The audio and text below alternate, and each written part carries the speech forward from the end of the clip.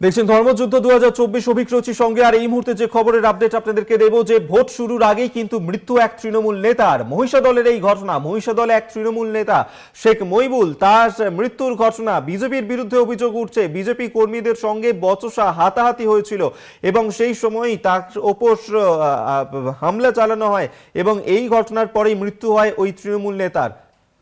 সমজিৎ চট্টোপাধ্যায় এই মুহূর্তে আমাদের সঙ্গে টেলিফোনে রয়েছেন প্রতিনিধি। সমজিৎ, কি ঘটনা ঘটেছিল, এখনো পর্যন্ত কি তথ্য উঠে আসছে?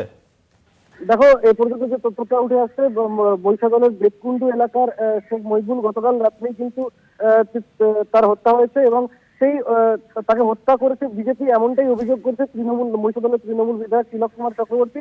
তিলকবাবু যেটা জানাচ্ছেন যে গতকালকেই তাকে ডাকা হয়, বিজেপির কয়েকজন ডাকে এবং 10 থেকে 15 জন তার উপর চড়া হয় এবং ধারালো অস্ত্রের কোপ মারতে থাকে। মুহূর্তের মধ্যেই তাকে গুরুতর জখম অবস্থায় মহিষাদলের গ্রামীণ হাসপাতালে নিয়ে যাওয়া হয়, সেখানে ভর্তি করা হয়। পরে অবস্থার অবনতি হয়, তমলুক হাসপাতালে নিয়ে আসা হয়।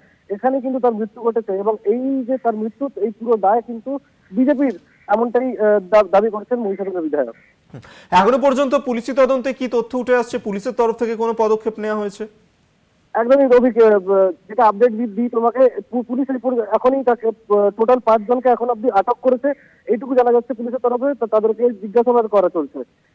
বেশ, ধন্যবাদ তোমায়। সমজিৎ চট্টোপাধ্যায় আমাদের সঙ্গে টেলিফোনে ছিলেন প্রতিনিধি। যেমনটা জানাচ্ছিলেন আমাদের প্রতিনিধি যে এই যে দলীয় কর্মীর মৃত্যুর ঘটনা, অভিযোগের তীর আনা হচ্ছে বিজেপির দিকে। বিজেপি যদিও অভিযোগ অস্বীকার করছে, তবে মহিষাদলে যেভাবে এই যে তৃণমূলের এক নেতা তাকে খুনের ঘটনা, সেই ঘটনাতে কিন্তু ইতিমধ্যেই পুলিশ 5 জনকে আটক করেছে। তাদেরকে জিজ্ঞাসাবাদ করা হচ্ছে, তা জানার চেষ্টা চালানো হচ্ছে কি কারণে এই ঘটনা।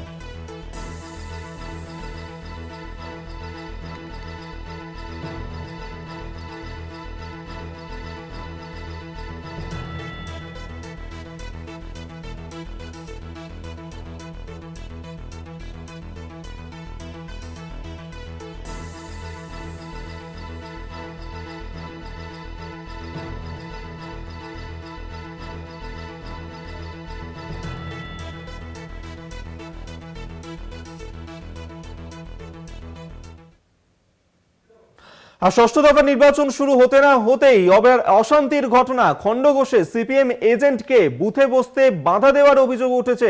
এই ঘটনা যেখানে 208, 209, 210 নম্বর বুথে, সেখানে সিপিএম এর এজেন্টকে বুথে বসতে দেওয়া হচ্ছে না। এই অভিযোগই কিন্তু আনা হচ্ছে খণ্ডঘোষের এই ঘটনা, যেখানে 208, 209 এবং 210 নম্বর বুথে সেখানে সিপিএম এর এজেন্টকে বসতে বাধা। শাশ্বতী রায় এই মুহূর্তে আমাদের সঙ্গে টেলিফোনে রয়েছেন প্রতিনিধি। শাশ্বতী, ভোট পর্ব সবে শুরু হয়েছে, তার মধ্যে এই ধরনের অশান্তির ঘটনা, সিপিএম এজেন্টকে কেন বসতে দেওয়া হচ্ছে না সেখানে? দেখো, বিষ্ণুপুর লোকসভা কেন্দ্রের যে অভিযোগ উঠে আসছে সিপিআইএম এর তরফ থেকে, যে ইতিমধ্যে খণ্ডঘোষ এবং কতুলপুর এই দুটি জায়গায় বেশ কিছু বুথে 208, 209, 210 এবং অপরদিকে 35 নম্বর বুথে সিপিআইএম এজেন্টকে বসতে দেওয়া হচ্ছে এবং সেক্ষেত্রে এই নিয়ে কিন্তু যথেষ্ট মাত্রায় উত্তেজনা ছড়িয়েছে। ইতিমধ্যেই সেখানে উপস্থিত হয়েছেন সিপিআইএম এর যিনি প্রার্থী রয়েছেন শীতল কৈবর্ত, তিনিও কিন্তু ঘটনাস্থলে পৌঁছেছেন এবং সেখানে কিন্তু যথেষ্ট মাত্রায় উত্তেজনা তৈরি হয়েছিল। সেক্ষেত্রে মক পোলিং হওয়ার সময় এই ঘটনা এবং সেখান থেকে কিন্তু উত্তেজনা ছড়ায়। এখনো পর্যন্ত সেই যারা এজেন্ট রয়েছেন তারা ভেতরে যেতে পারেননি বলেই খবর মিলছে, সেরকমই অভিযোগ করছেন সিপিআইএম প্রার্থী। বেশ, সেক্ষেত্রে এই যে এই ধরনের ঘটনা, সেখানে কি ভোট পর্ব শুরু হয়েছে?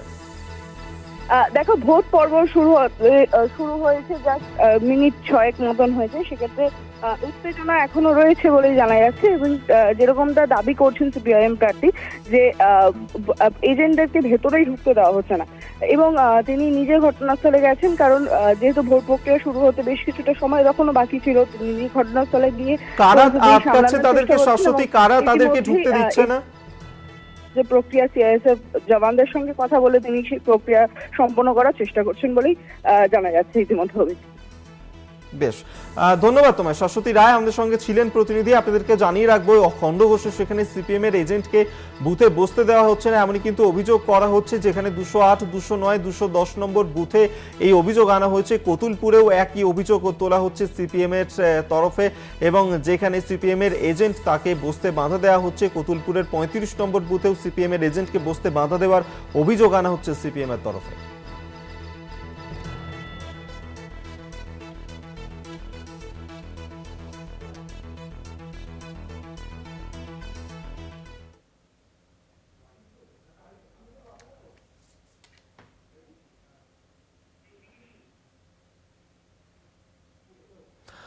ষষ্ঠ দফার নির্বাচনের প্রত্যেক মুহূর্তের আপডেট তো আপনাদের সামনে আমরা তুলে ধরছেই।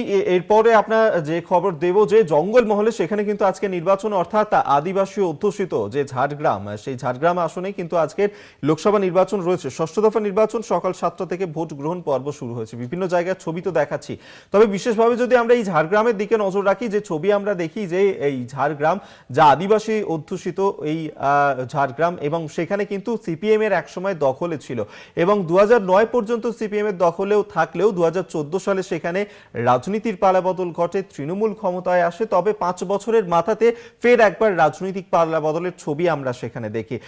তৃণমূলকে সরিয়ে সেখানে কিন্তু বিজেপি নিজেদের দখলে নেয় এই আসনটি। 2024-এ কি হতে চলেছে সেখানে অবশ্যই সেদিকে নজর রাখবো। তবে কিভাবে ভোট গ্রহণ পর্ব চলছে, শুরু হয়েছে কি, আমরা আপডেট নেব। অরূপ এই মুহূর্তে আমাদের সঙ্গে সরাসরি সেখান থেকে রয়েছেন প্রতিনিধি, সরাসরি কথা বলবো অরূপের সঙ্গে। অরূপ, দেখো অভিক, তোমাকেই প্রথমে জানিয়ে দেখি এই মুহূর্তে ঘড়ির কাঁটায় 7টা 10 বাজে। বেলা যতই বাড়ছে ভোটাররা ইতিমধ্যে ঝাড়গ্রামের লোকসভা যে ভোট কেন্দ্রগুলি রয়েছে সেই ভোট কেন্দ্রগুলিতে আসতে শুরু করেছে, কারণ বেলা যতই বাড়ছে ভোটাররা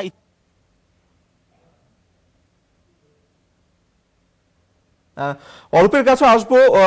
তবে সেই ছবি এই মুহূর্তে আরো একবার আপনাদেরকে তুলে ধরছি যে এখানে কিন্তু 919 কোম্পানি কেন্দ্রীয় বাহিনী দিয়ে ষষ্ঠ দফার নির্বাচন হচ্ছে। সব থেকে বেশি কোম্পানি কেন্দ্রীয় বাহিনী এই দফাতেই মোতায়েন করা হয়েছে এবং দিল্লির এই কুর্সি দখলের লড়াইয়ের আজকের ষষ্ঠ পর্ব এবং ষষ্ঠ দফার নির্বাচন চলছে, যেখানে পশ্চিমবঙ্গের 8টা আসন তমলুক, কাঁথি, ঘাটাল, ঝাড়গ্রাম, বিষ্ণুপুর, বাঁকুড়া, পুরুলিয়া, মেদিনীপুরে এই ভোট গ্রহণ পর্ব চলছে।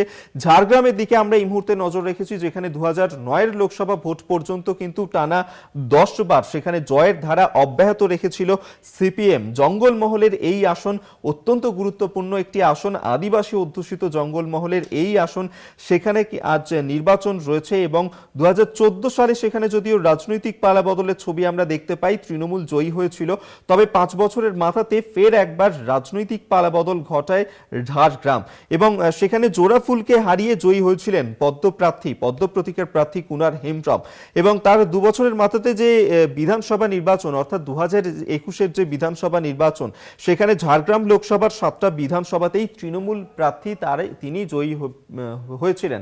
কিন্তু 2024-এর এই লোকসভা নির্বাচনে সেক্ষেত্রে সিপিএম নিজেরা আবারও ফিরে আসতে পারবে নাকি তৃণমূল আবারও জয়ী হবে, নাকি বিজেপি নিজেদের দখলেই রাখবে এই কেন্দ্রটি, অবশ্যই সেদিকে আমাদের নজর থাকবে। তবে কড়া নিরাপত্তার ঘেরাটোপে এই মুহূর্তে হচ্ছে ষষ্ঠ দফার নির্বাচন। তমলুক, কাঁথি, ঘাটাল, ঝাড়গ্রাম, বিষ্ণুপুর, বাঁকুড়া, পুরুলিয়া, মেদিনীপুর বিভিন্ন আসনে, এই পশ্চিমবঙ্গের এই 8টি আসনে আজকে ভোট গ্রহণ পর্ব চলছে।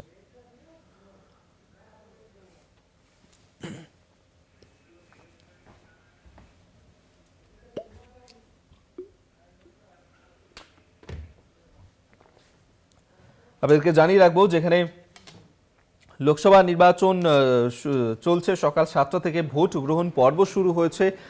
ষষ্ঠ দফায় সব থেকে বেশি সংবেদনশীল ভোট গ্রহণ কেন্দ্র রয়েছে 2678টি এবং এর মধ্যে সবচেয়ে বেশি সংবেদনশীল বুথ থাকছে কাঁথি লোকসভা কেন্দ্রে 501টি এবং 919 কোম্পানি কেন্দ্রীয় বাহিনী দিয়ে হচ্ছে নির্বাচন। মোট রাজ্য পুলিশ থাকছে 29,468।